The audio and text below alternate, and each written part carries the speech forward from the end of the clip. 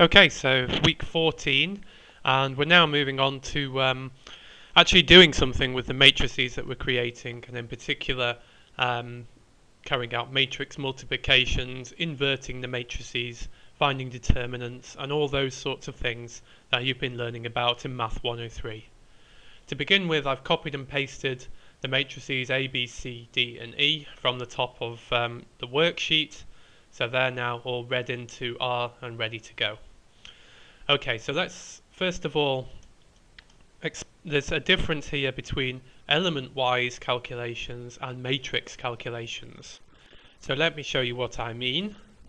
If I do A times B, the result is an element-wise product of A and B. So in other words, it's done 1 times 10 for the 1, 1 entry, minus 5 times 16 for the 1, 2 entry, 2 times 17 for the 1, 3 entry, etc. Another thing I could do is say A times 2, and this does an element-wise multiplication of every entry in the matrix A by 2. That's different from matrix multiplication. So as you know, matrix multiplication is row times column and add. So here, if I did A, B arranged like that, then that does the matrix multiplication of A and B and gives me this result here. So the command in R for matrix multiplication is this %*.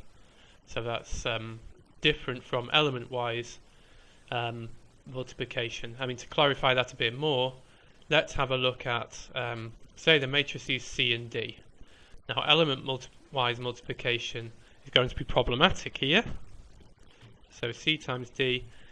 So it says here, so here it doesn't know what to do, and that's because the dimensions don't match. We can't do 1 times 8, okay, 5 times 14, okay, minus 3 times, or what, there's nothing there.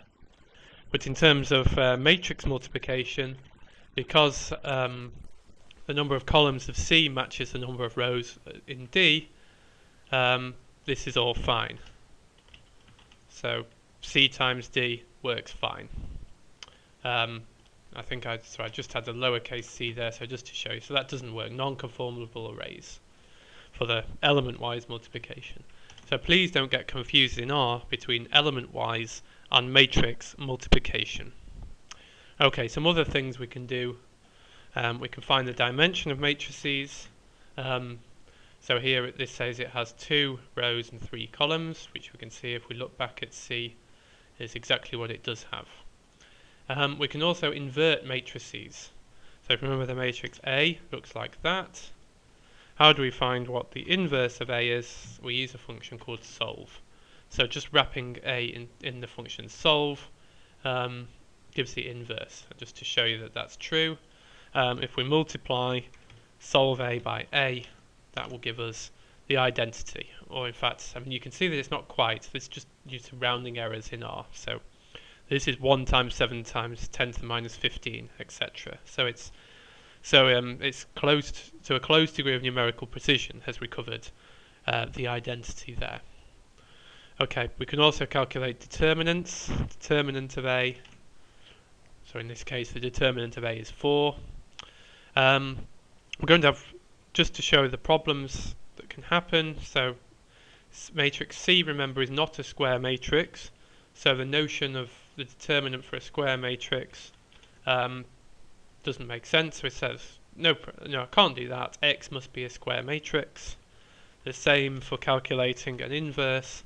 Solve C, no, only square matrices can be inverted, so that's not allowed as well.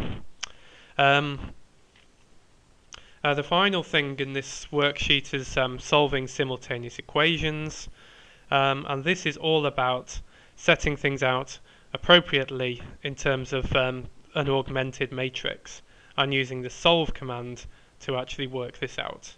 So if just following the example that's in the notes, so I don't have to produce a new one, the matrix A, if we look at A, that corresponds to the set of simultaneous equations minus the the right hand side vector, and if we just create the right hand side vector, which is 0, -8 and 4, there we go. So now A and B combined as an augmented matrix represents the system of linear equations, and the way that we solve those is to use the solve function, sol AB, as shown in the solutions, and that just tells us what the values of x, y, and z respectively are. So here x is 10, y is 7, sorry, x is 15, y is 7, and z is 10. And you can verify for yourself that that does indeed solve the simultaneous equations as given.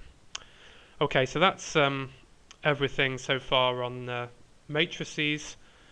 So as you can see, you can check your answers for Math 103 by plugging in the matrices to R and just double checking that you've got your inversions, determinants, and simultaneous equation solutions, etc. Correct. And where this really comes into its own, of course, is where we have very large matrices, and in that case it's just completely infeasible to solve these things by hand.